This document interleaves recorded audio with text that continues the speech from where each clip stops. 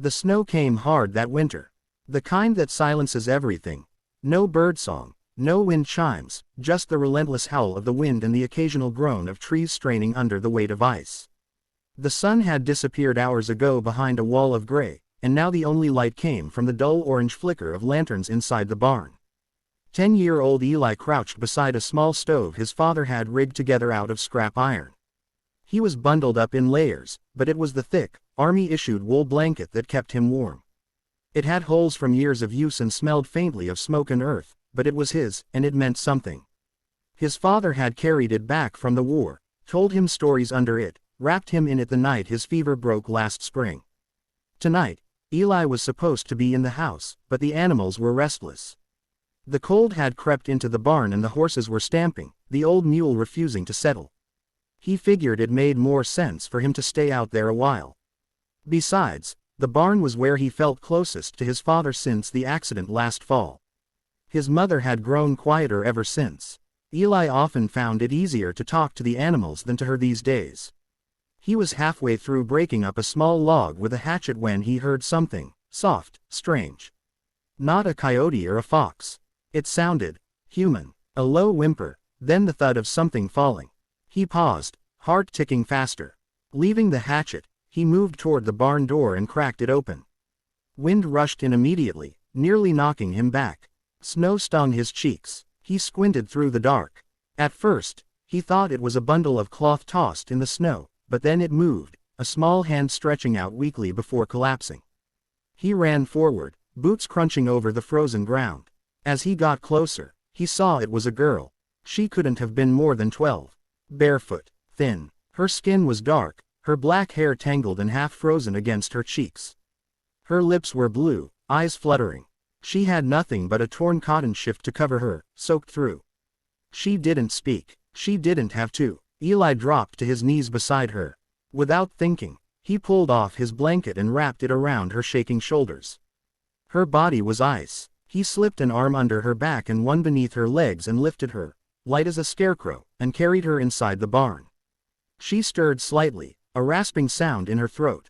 He laid her near the stove, stoked the fire until it blazed, and placed his blanket tighter around her. He didn't know what else to do. He looked at her face, so young, so still, and felt a knot form in his chest. He whispered, "You're safe now," not knowing if she could hear. She didn't answer. Outside, the wind howled louder, carrying secrets across the plains. Inside, a boy and a girl, strangers in every way, sat in silence, one barely holding on, the other already giving all he had. The storm hadn't let up. Snow beat against the barn walls like fists, seeping through cracks and piling up along the baseboards. The lantern's flame danced and flickered, casting long shadows across the hay-strewn floor. Inside, the world had shrunk to just that little circle of light, the smell of smoke, and the ragged sound of a girl's breathing. Eli stayed close to her, knees tucked to his chest, the cold creeping under his clothes now that the blanket was gone. He didn't regret giving it. Not once. Every time she shivered, he pressed the edges of the blanket closer around her. He added straw beneath her to lift her off the cold floor and stacked firewood higher, though the pile was running low. He hadn't told his mother yet. He wasn't even sure why. Maybe it was the fear she'd send the girl away, afraid of what it meant. Of what kind of trouble might follow. Maybe it was the way the girl had looked at him, before her eyes closed again, as if she trusted him. A look so fragile, he didn't want to break it. She hadn't spoken since he carried her in. Her breath came in shallow waves, like someone breathing from somewhere far away. Her forehead was slick with fever, and her skin was hot, too hot, beneath the icy air that surrounded them. Eli knelt beside her, dipping a rag into a bucket of melted snow and gently pressing it to her brow. Her lips trembled, cracked and dry.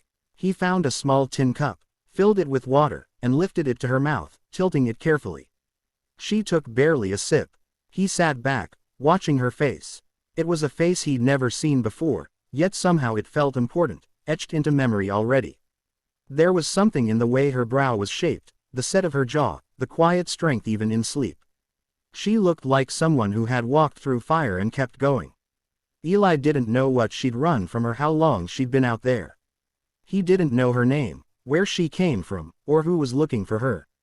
All he knew was that she was here now, and she was dying.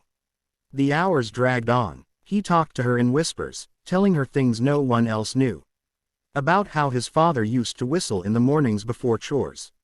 How his mother cried when she thought Eli wasn't looking. How sometimes he was afraid of the dark, not because of monsters, but because it felt too much like being alone. He held her hand. It was small and cold in his, limp like a broken wing. "You can stay here," he whispered. "Nobody's gonna hurt you. You don't have to go." A gust of wind rattled the shutters. Somewhere far off, a coyote howled.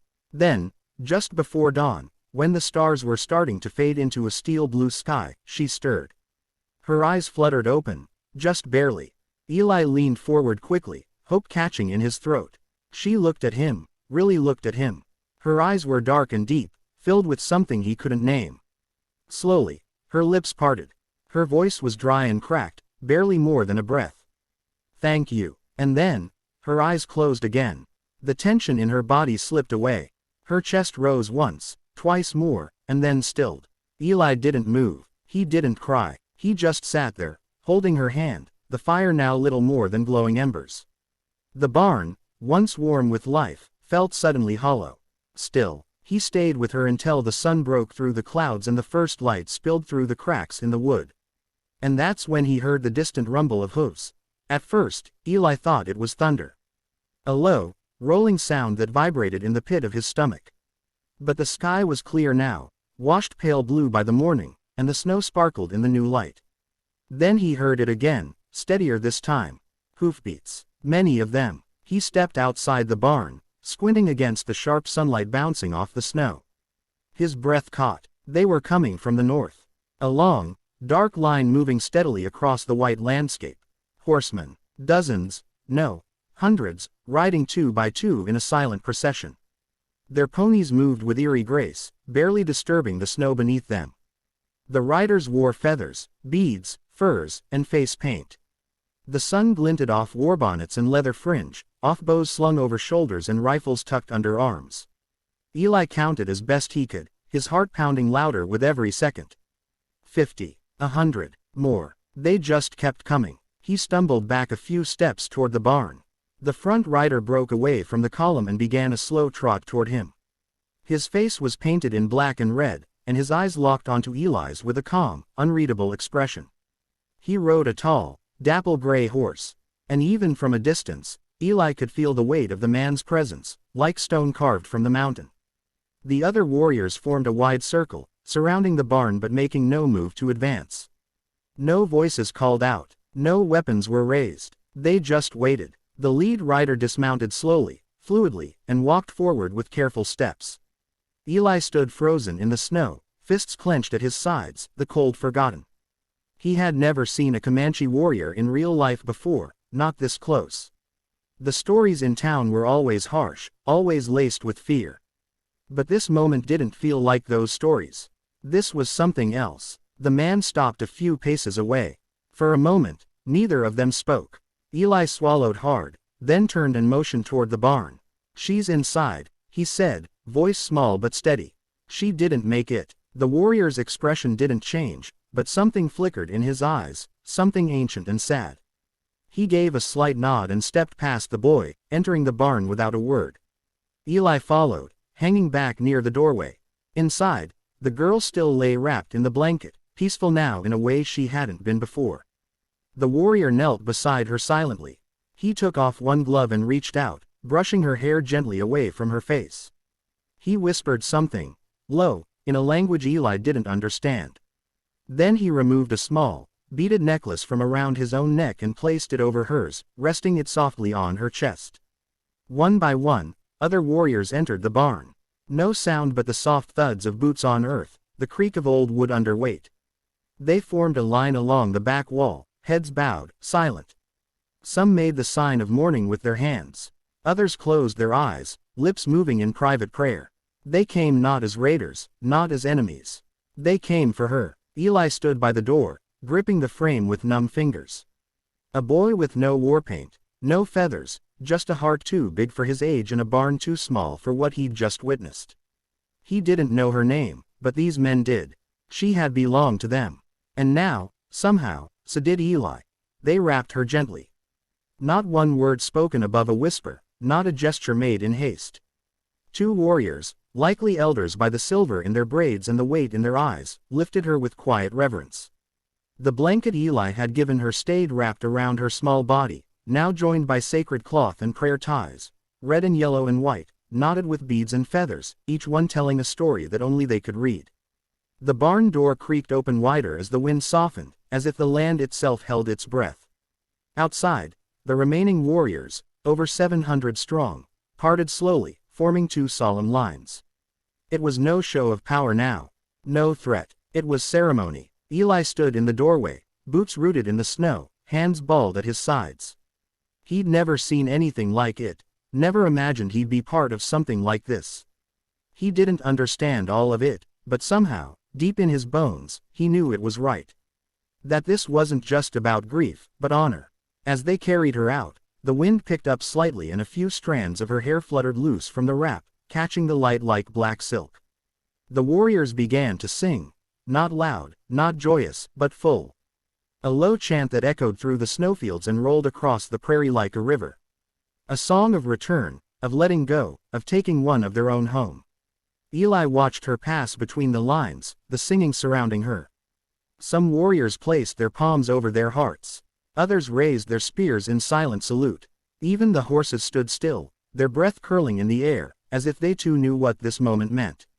One of the younger warriors, no older than Eli himself, broke formation and approached him. He wore a turquoise pendant around his neck and a feather tied into the back of his hair. When he stopped in front of Eli, he didn't speak right away. He just looked at him, studying him the way someone studies a sunrise or a scar. Then he said, in accented but clear English, "She was daughter of Hawk Bear. She ran from soldiers. She was brave." Eli nodded, unsure what to say. The words that came were simple, but true. "I didn't want her to die cold." The warrior's expression softened. She didn't. They stood there a moment longer, two boys caught between worlds, linked now by something bigger than either of them could name. As the procession began to ride away, slow, deliberate, toward the rising sun, Eli remained outside the barn, watching them disappear one by one into the white. The chant still echoed faintly, a memory more than a sound. Just before the last rider passed over the hill, he turned his horse and raised a hand to Eli. A gesture of respect, of thanks. Eli raised his hand in return. And then they were gone. Only hoofprints remained, hundreds of them stretching across the snow like a story written on the land. A story that began with a dying girl, a warm blanket, and a boy who chose kindness when no one was watching. Eli stepped back into the barn. The silence felt different now. Not empty, but full. He stoked the fire, added wood. And when his mother came looking for him, asking why his blanket was missing, why his eyes looked so far away, he simply said, "She was cold. I couldn't let her be cold." And that was all. But it was enough.